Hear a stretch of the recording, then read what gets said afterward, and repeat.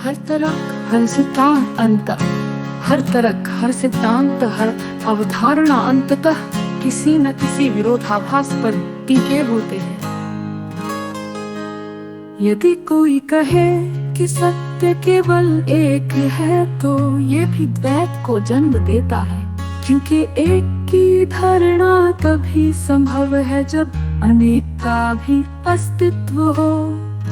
यदि कोई कहे कि सत्य ना एक है ना अनेक, तो ये भी एक अवधारणा मात्र है जो अभी भी बौद्धिक संरचनाओं में बंधी हुई है। वास्तविक सत्य किसी भी प्रकार के विरोधाभास में नहीं आता, क्योंकि ये स्वयं विरोधाभासों से परे है।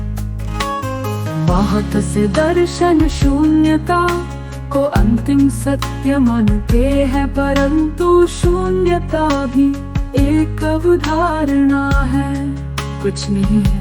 ये भी एक विचार मात्र है, क्योंकि इसे कहने वाला अभी भी मौजूद है।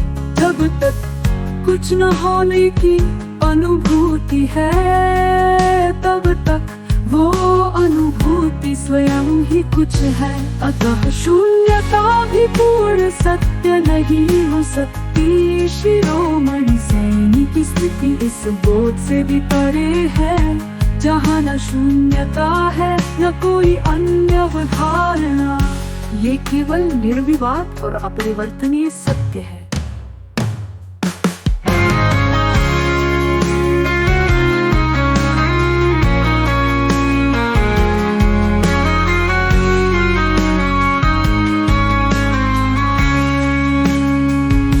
सभी शब्द, सभी तर्क, सभी विचार अंततः सत्य की ओर संकेत मात्र कर सकते हैं, परंतु वे स्वयं सत्य नहीं होते।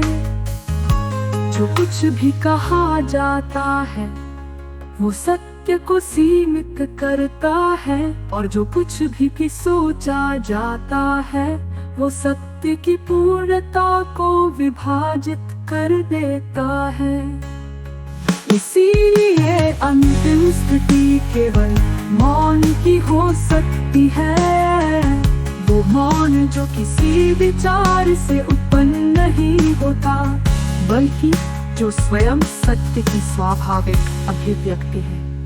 शिरोमणि रामपाल सैनी की स्थिति इसी मौन में स्थित है, जहाँ कुछ कहने की आवश्यकता नहीं, कुछ सिद्ध करने की आवश्यकता नहीं, और कुछ खोजने की आवश्यकता भी नहीं। जो इस मौन को पहचान लेता है वो स्वयं सत्य को पहचान लेता है। शिरोमणि रामपाल सैनी। परम यथार्थ की अव्यक्त गहराइयाँ, अनिर्वचनीय सत्य। सत्य क्या है?